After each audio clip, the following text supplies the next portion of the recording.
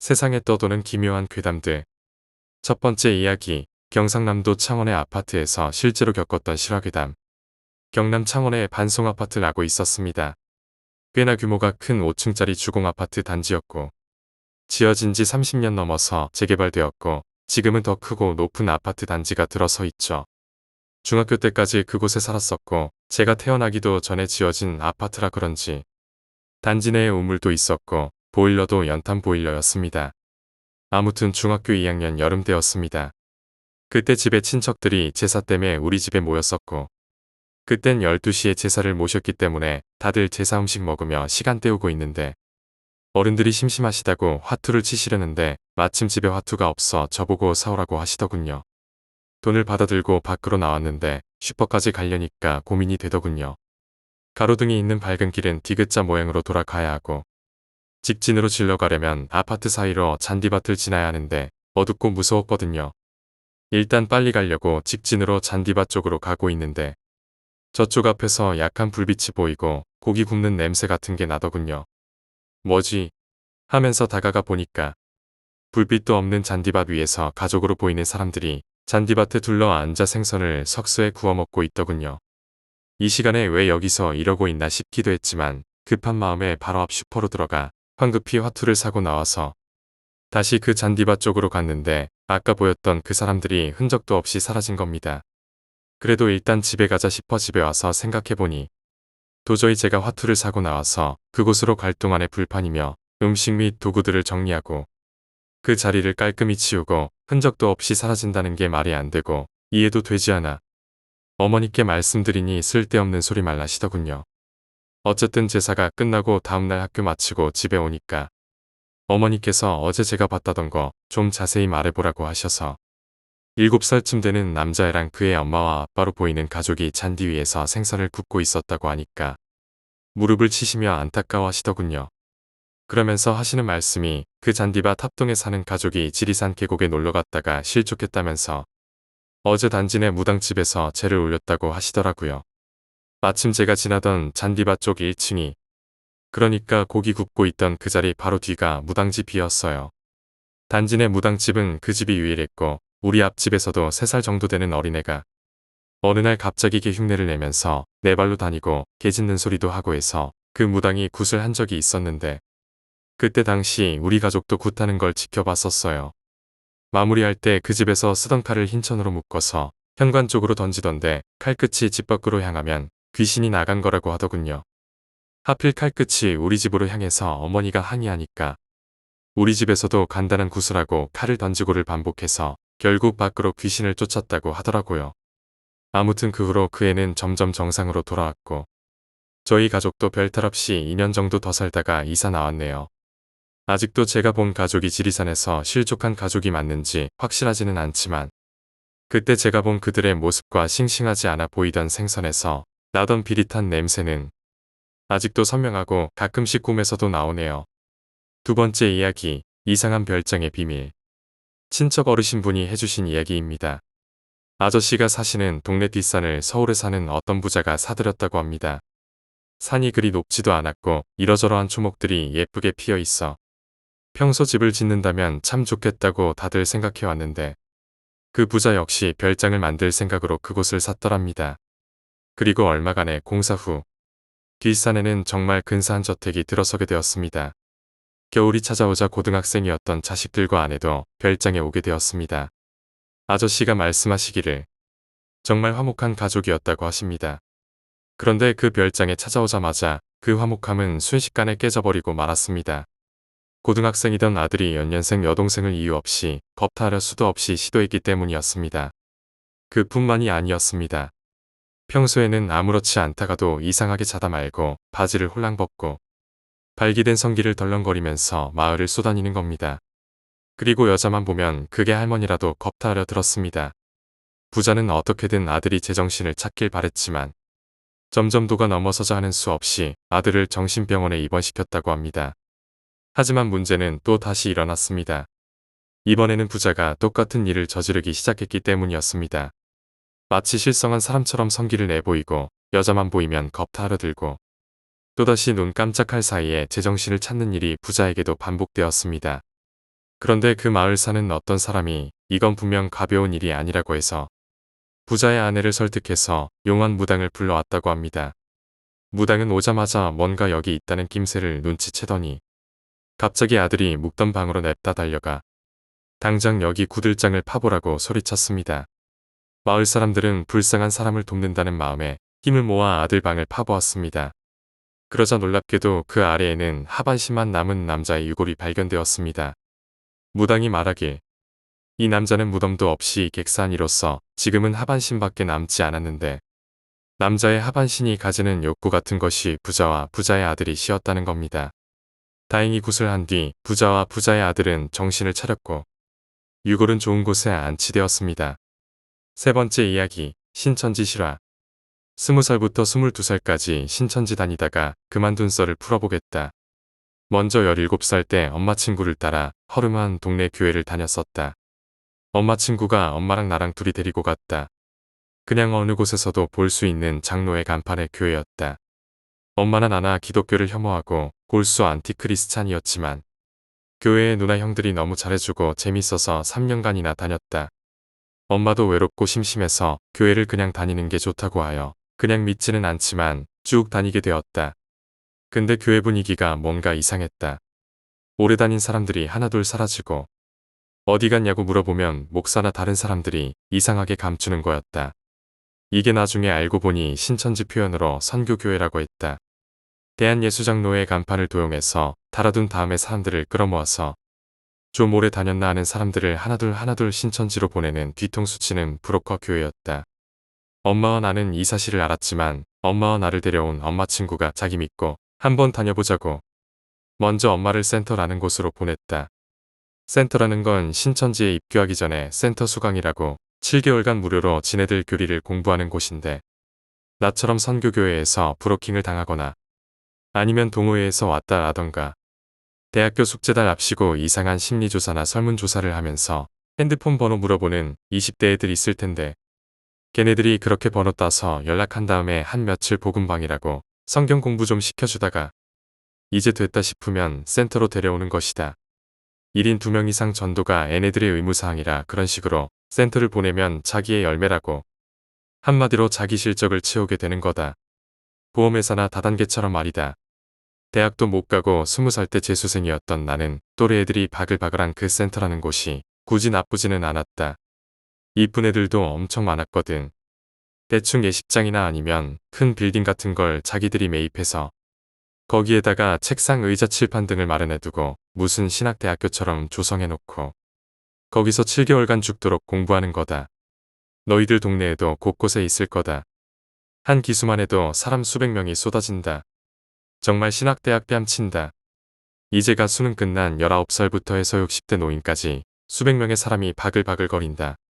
대충 교리가 요한계시록을 지네들끼리 비유풀이해서 대충 14만 4천 명이 하늘이 내려주신 약속의 목자인 이만희 선생님의 뜻을 따르면 영생을 한다는 거다.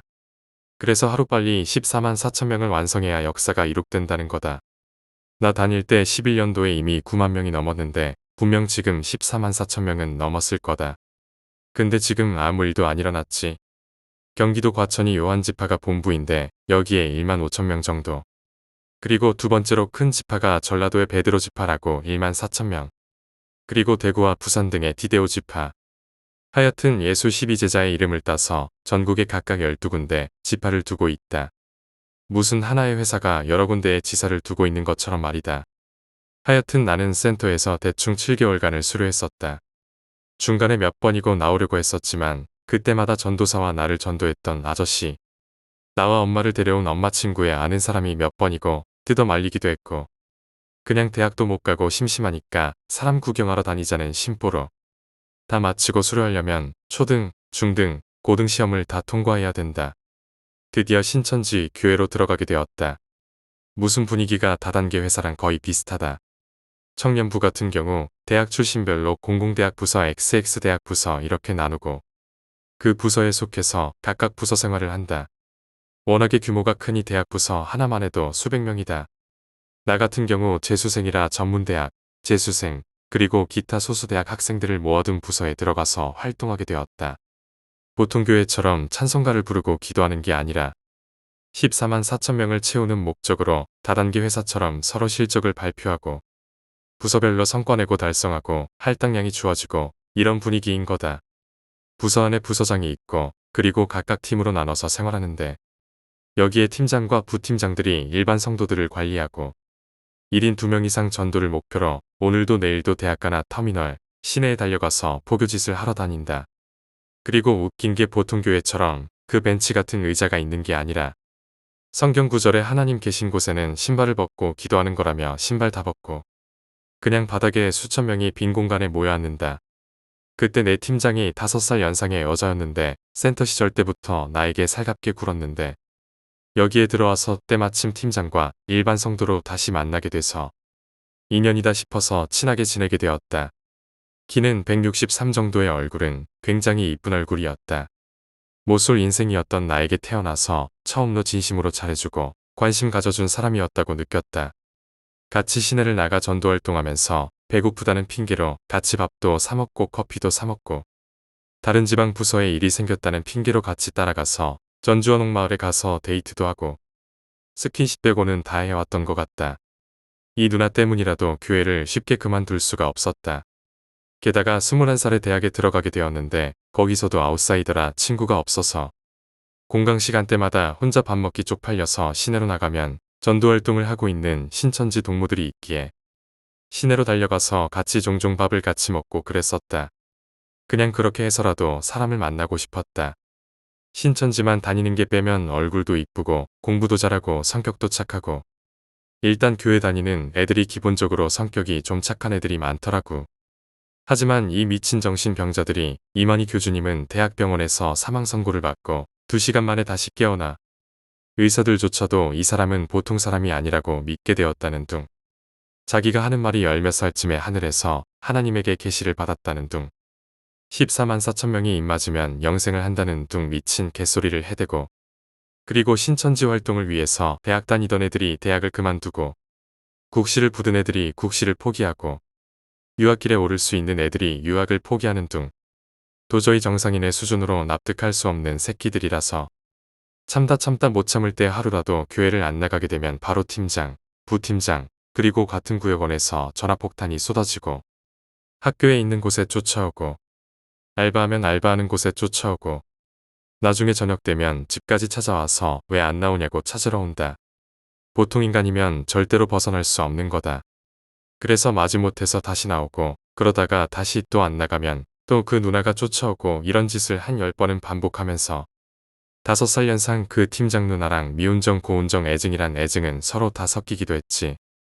나한테 언제나 과분하게 상냥하고 친절해서 교회 못 그만두게 하려고 이렇게 친절한 거지. 가식 떠내. 이러면 아니야. 그런 거 아니야. 정말 널 아끼고 내 친동생처럼 생각한다고. 이런 패턴을 2년간 500번 정도 반복했다. 5살 연상의 그 팀장도 사범대 나와서 임용고시 준비하다가 신천지에 들어와서 임용고시도 포기하고 팀장 활동하면서 취업도 안 하고 개백수로 살아가고 있는 어지간한 골수 신천지 성도였다. 한마디로 정상적인 삶이 아니었지. 그렇게 20살부터 22살까지 서로 지긋지긋한 대립을 하다가 22살, 그러니 작년 3월부터 타협을 하게 되었다. 결국 타협한 조건이 예배를 안 드려도 좋으니까 출석 체크할 때만 와서 출석 체크하다가 자기랑 같이 밥 먹고 이야기하고 지내자. 그러면서 교회 관두지는 말고 자기랑도 사이를 유지하자는 그런 거였다. 그래서 예배 끝나기 직전에 와서 출석 체크만 하고 그 누나랑 같이 근처에서 밥 먹고 커피 마시는 게 일상이었다. 수요 예배와 일요 예배 이렇게 일주일에 2번. 그리고 학교 공강 시간 때도 시내 가서 종종 찾아가서 같이 밥 먹고. 나는 그래서 그 누나에게 깊은 애정을 느끼게 되었지. 나 같은 병신을 감싸주는 건 그 누나뿐이었거든. 근데 이 짓거리도 정말 한계에 도달해버리고 외로움이나 구걸하자고 이런 곳에 내 영혼을 파는 짓도 너무 썩은 맛이 올라오고 결국 진짜 메비우스 띠 같은 이 타협 안에 참을 수 없는 염증을 느껴서 누나가 나 진짜로 인간적으로 좋아하면 교회 그만둬도 나 개인적으로도 만날 수 있지. 그러니까 교회 관둘래. 이 짓거리도 진짜 못하겠다. 이렇게 말하고 누나가 보는 앞에서 성도카드를 바닥에 집어 던져버리고 교회를 뛰쳐나갔다. 그리고 그 누나가 정말 날 진심으로 생각하는지 아니면 이 모든 것이 교회를 못 그만두게 하려는 가식이었는지를 확인해보고 싶었다. 그 이후로 연락이 오긴 했지만 전부 다 교회 오란 소리라서 다 씹고 무시했지. 그러니 그 누나도 이제는 정말 지쳤는지 한 3개월 넘게 연락 안 하더라고. 이제 이렇게 사이도 끝났고 그 누나도 단지 교회 때문에 나에게 그랬던 것뿐이었고, 그리고 드디어 신천지에서 벗어나게 된 건가 라고 생각이 들 때쯤 갑자기 전화가 왔다. 교회 그런 거 아니니까 꼭 보고 싶다는 둥. 만나서 이야기하자는 둥. 정말 용기 내서 전화한 거라는 둥. 교회 근처에서 지금 보자고 전화가 왔다. 그 전화를 받고 나갈까 말까 고민을 100번 하는 꼴을 보고 있던 엄마와 누나가 이 교회로 끌어들이려고 그런 거야. 병신아 절대 나가지 마 찐따 새끼야 라고 말하길래 나는 그 누나가 설마 나를 그렇게 밖에 생각 안 한단 말인가? 라는 자괴감이 들어서 그런 말을 한 엄마와 누나의 밥상을 뒤엎어버리고, 누나와 엄마가 왜 밥상을 뒤엎고 지랄이냐고 미친 또라이 새끼라고 소리 버럭버럭 지르는 거를 뒤로 한 채 그 누나가 보자고 한 곳으로 달려갔다. 한 3개월 만에 만남이라 조금은 서먹서먹했지. 그래서 무슨 일이냐고, 할 말이 뭐냐고 물었지. 그 누나도 나를 어쩌면 조금은 진심으로 생각하는 걸까? 그런데 이 신천지년 입에서 나온 말이 오늘까지 너 교회 안 나오면 교회에서 사망 처리된대. 지금 교회로 들어가자. 부탁할게. 너 사망 처리돼서 이 신천지 역사에서 벗어나면 안 돼. 같이 영생해야지. 네가 사망 처리된다는 게 너무 무서워. 제발 이렇게 부탁할게. 2년간의 애정이 결국 이런 거였구나라는 엄청난 자괴감과 허무함이 들어서 뭐라 말도 안 나오더라고. 조금은 그래도 인간적으로 나 좋아했던 거 아니었어? 라고 물으니 그냥 하나님 안에서, 교회 안에서 내가 팀장이니까 너를 책임져야 되니까 라고 말하는 꼬라지를 보고 온몸이 부들부들 떨리고 지난 2년간의 애정이 모두 다 허무하게 무너져 내리는 걸 느끼고 상남자답게 꺼져라고 외치고 그 누나의 선을 외면한 채 집으로 돌아갔다. 뒤엎은 밥상을 치우고 있는 누나한테 누나 말이 옳았어 미안하다. 누나 말이 다 맞았어. 이렇게 외치고 힘없이 잠들었다. 그 이후로 한 며칠 뒤에 그 누나를 시내에서 한 번 우연히 마주쳤지만 애써 외면하고 모른 척한 후 그 이후로 정말 본 적 없고 신천지에서도 사망 처리돼서 더 이상 신천지 성도가 아니게 된 지도 1년. 이제 곧 횟수로는 2년이 되어가지. 이제는 신천지 다녔는지 안 다녔는지 기억도 희미하지만 내 청춘의 인연을 두고 온 그곳을 버스를 타고 문득 지나칠 때 왠지 잃어버린 그 시간의 허전하고 아련한 기분은 아직 감출 수가 없다. 네 번째 이야기, 무당집 알바 괴담. 난 귀신을 직접 본 적은 없다. 그런데 당집 알바하면서 귀신 들렸다는 사람은 좀 봐왔었다. 그래서 그냥저냥 뭐 귀신이 방문을 두들겼다느니 뭐니. 그런 허무맹랑한 소리는 그냥 지금도 개소리처럼 들리고 내가 직접 본 귀신 들린 사람들 썰을 좀 풀어볼까 해. 흔히 무당을 사기다 아니다 말을 하는데 내가 판단하기엔 당집은 거의 50%는 사기고 30%는 그냥 정신병자, 20%는 나도 모르겠다. 나도 귀신 같은 건 절대 안 믿거든. 그런데 이 나머지 20%의 신내림은 지금도 뭔지 모르겠다. 내가 당집 알바를 하게 된 건 여자친구 때문이었다. 당시 여친 어머니의 진짜 친한 친구분이 무당이었거든. 그리고 어머니가 좀 미신이나 뭐 이런 쪽으로 관심이 많고 엄청 잘 지키시는 분이었다. 아마 그래서 무당 친구분도 사귀신 거겠지. 그리고 그 어머님의 영향 때문인지 여친도 점이나 미신을 유별나다 싶을 정도로 믿었다. 교보 같은 데 가도 다른 책은 잘 안 보고 관상이랑 사주 이런 책만 둘러본다. 둘 다 학생이라 궁합 사주 같은 거 여친이 보자 그래도 몇만 원씩은 못 내겠더라고. 그래서 싸게 궁합이랑 사주도 볼 겸 어머님 친구가 하시는 당집에 갔는데 무당 어머님이 사주랑 궁합을 나름 상세하게 설명해 주더라고. 난 처음 보는 거였는데 그냥 이런 게 좋다 안 좋다. 몇 살부터 뭘 하면 성공할 가능성이 많다 이런 이야기였다. 그리고 돈은 다 받더라고. 그래도 친구 딸이라서 거절할 줄 알았는데 한 푼도 안 빼고 다 챙기더라고. 속으로 욕하면서 집에 갔다. 몇 달 뒤에 여친 집에서 과제를 하고 있는데 여친 어머님이 반찬 꾸러미를 챙겨주시면서 당집에 갖다 주라는 심부름으로 두 번째 방문을 했을 때 일하던 사람이 그만둬서 굿하러 갈 때 짐 옮길 사람이 없다고 일당을 줄 테니 전화하면 나와서 짐만 옮겨주면 된다고 부탁하더라고. 서울 변두리라 알바해도 최저시급도 못 미치는 푼돈벌이밖에 안 되는데 그래도 두둑하게 챙겨주겠거니 싶어서 알겠다고 했다. 그리고 구타러 많으면 일주일에 한 번, 없으면 한 달에 한 번 나갈까 말까였는데 이 상황이 좀 골 때린다. 일반적으로 집에 흉고가 생길 경우에 굿을 많이 하는데 대부분 사람 문제면 당집에서 굿을 한다. 이게 좀 더 저렴하기도 하고 만약 찾아가서 하게 되면 1000에서 2000 정도 줘야 하더라고. 그런데 말이 1, 2000이지 정말 진짜 급박한 상황이 아니고선 이런 돈 쉽게 못 내거든. 그리고 처음 일을 갔을 때 내가 모르는 다른 세계가 있을 수도 있겠구나를 처음 생각했다.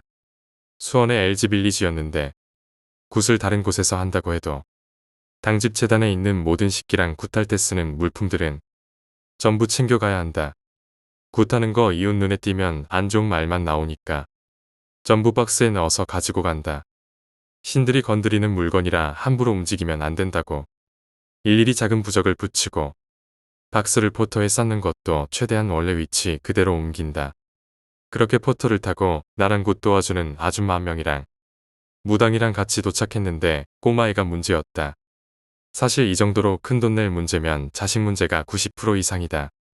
그것도 병원에서 해결이 안 되는 거지. 애가 해만 떨어지면 이상한 말을 한다. 혜지는 바로 즉시 한두 시간 잠을 자고 일어나서는 아침까지 어느 나라 말인지도 모를 이상한 말을 중얼거리면서 걸어다녔다. 그리고 우리가 도착했을 당시 9시가 조금 넘었는데 그때에도 그 4살 정도 된 애는 저런 헛소리를 하면서 거실을 돌아다니고 있더라고.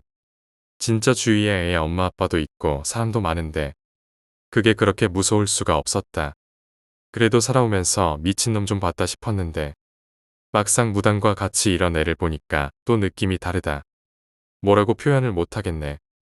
나는 도와주는 아줌마랑 같이 재단을 세우고 굿이 끝날 때까지 아줌마랑 트럭에 있었다. 굿할 때는 신내림이 다른 사람한테 갈까봐 애지간하면 당사자 빼곤 다 내보내더라고.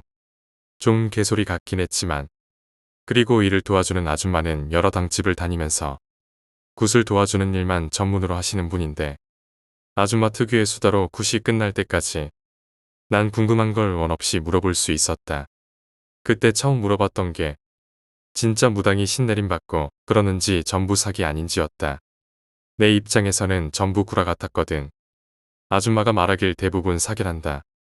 제대로 사기치려고 예약만 받아놓고 3일 뒤에 다시 오라 그래서 그 3일 동안 흥신소 같은 데에 뒷조사 다 시킨단다. 이런 곳은 아주 영험하게 보이겠지. 그리고 몇 집은 진짜 정신이 좀 나간 또라이를 집에 가둬놓고 신내림 받았다고 속이고 이용해 먹는단다. 애기동자 이런 집이 그런 부류인데 어린애 하나 입양해서 신내림 받는 듯이 세뇌를 몇 년 시키면 애가 진짜 좀 아시가는데 그걸 이용해 먹는 거지. 그리고 나머지 몇 없는 진짜 무당이 있단다. 다행히 이 무당 아줌마는 진짜 무당에 속했다. 진짜 신내림 받는 무당끼리 협회가 있는데 직업 특성상 이런 소문이 돌면 너도 나도 협회에 가입돼 있다면서 이용해 먹으니까 그냥 아는 사람끼리 알고 남들이 보면 그놈이 그놈이다. 진퉁이라 그런진 몰라도 굿하거나 부적을 해도 효과가 없으면 돈을 그대로 돌려준다더라고. 아들을 낳는 부적 하나 50만원짜리 해갔다가 효과 없어서 돈을 도로 내주는 건 몇 달 후에 내 눈으로 직접 봤었다. 자신이 내림받은 신이 실력으로 해결을 못하는데 값을 받으면 노에서 무당 생명을 깎는단다. 여튼 사이비 무당은 아니라는 소리 듣고 내심 안심했었다. 그리고 뭐 정치인 부인 악기 들린 이야기나 어떤 동네에는 단체 자살이 있어서 굿하러 갔는데 굿 신청한 사람도 목매달고 있어서 무당 7명이 겨우 죄를 올렸느니 이런 다이나믹한 이야기를 시간 가는 줄 모르고 들었다. 이후는 그냥 좀 시시했다.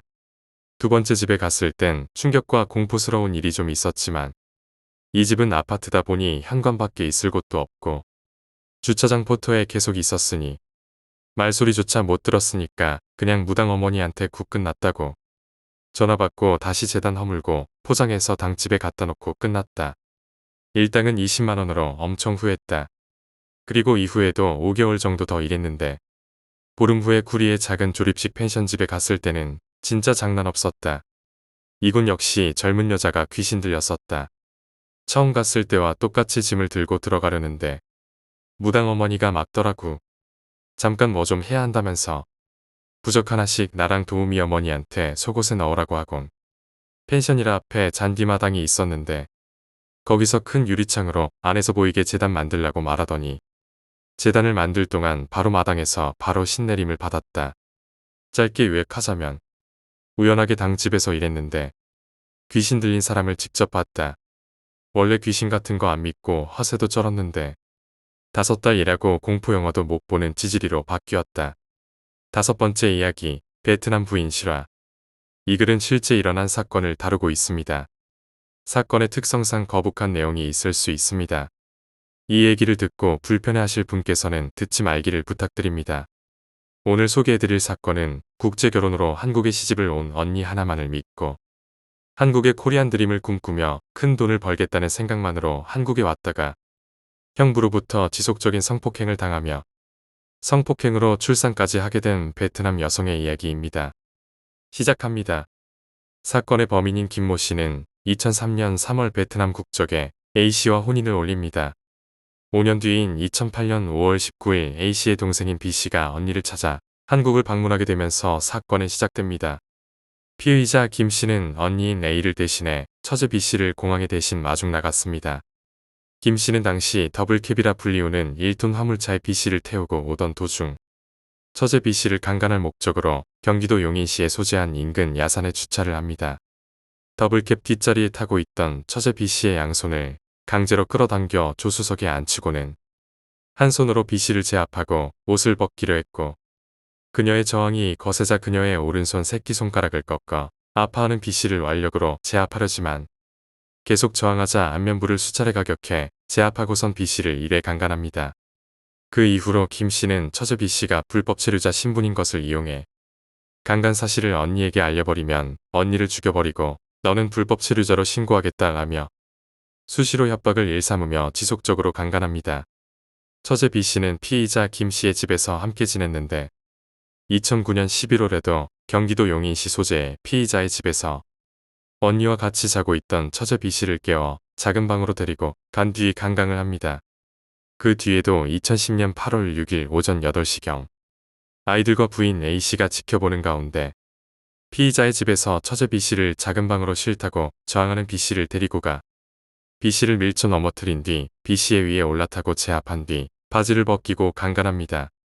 이를 보다 못한 아내 A씨가 소리를 지르고 화를 내며 방으로 들어가려고 하지만 문이 잠겨 들어가지 못하고 집 밖의 창문을 통해 소리를 지르는데 자신을 만류한 부인 A씨에게 화가 난 김씨는 하던 행위를 멈추고 집 마당으로 나와 마당 한켠에 있던 강목으로 들고 와 자신을 만류하던 아내 A씨를 머리와 허벅지를 수차례 때려 전치 2주의 치료를 요하는 상해를 입힙니다. 당시 김씨에게 폭행을 당할 때 A씨는 아기를 안고 있는 상태였다고 합니다. 자신의 동생이 지속적으로 강간당하고 폭행까지 당하게 되자 더 이상 참을 수 없었던 A씨는 신고를 하게 되고 김씨의 추악한 모습이 세상에 알려지게 됩니다. 하지만 피의자 김씨가 구속되고 경찰의 조사가 진행되면서 경제적 어려움에 부딪히게 되자 부인 A씨는 경제적 어려움을 호소하면서 남편의 죄를 용서해달라는 취지의 합의서를 법원에 제출하기도 합니다.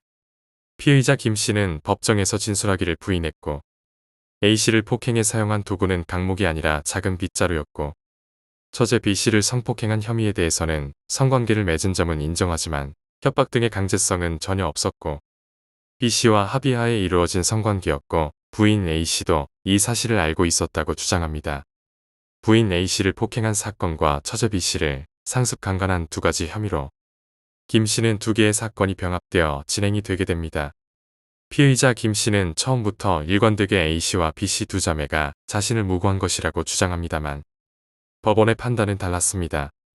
피해자 B씨는 수사가 진행되면서 처음부터 재판에 이르기까지 강간을 당하게 된 경위의 진술이 구체적이고 현장에 있지 않았다면 알 수 없는 세세한 부분을 진술하고 있고 부인 A씨 또한 남편 김씨로부터 폭행을 당한 진술이 비교적 구체적이고 일관되게 당시의 상황을 진술하고 있고 피해자 A씨와 B씨가 피의자와 원만한 합의를 보았고 피해자가 처벌을 원치 않는다고는 하지만 피고 측 주장대로 처제 B씨와 서로 합의하에 이루어진 성관계라고 하더라도 언니 A씨와 조카들이 보는 앞에서 다른 방으로 들어가 서로 합의하에 성관계를 맺었다는 점은 일반인들의 상식으로 생각해 볼 때 납득하기 어려운 부분입니다.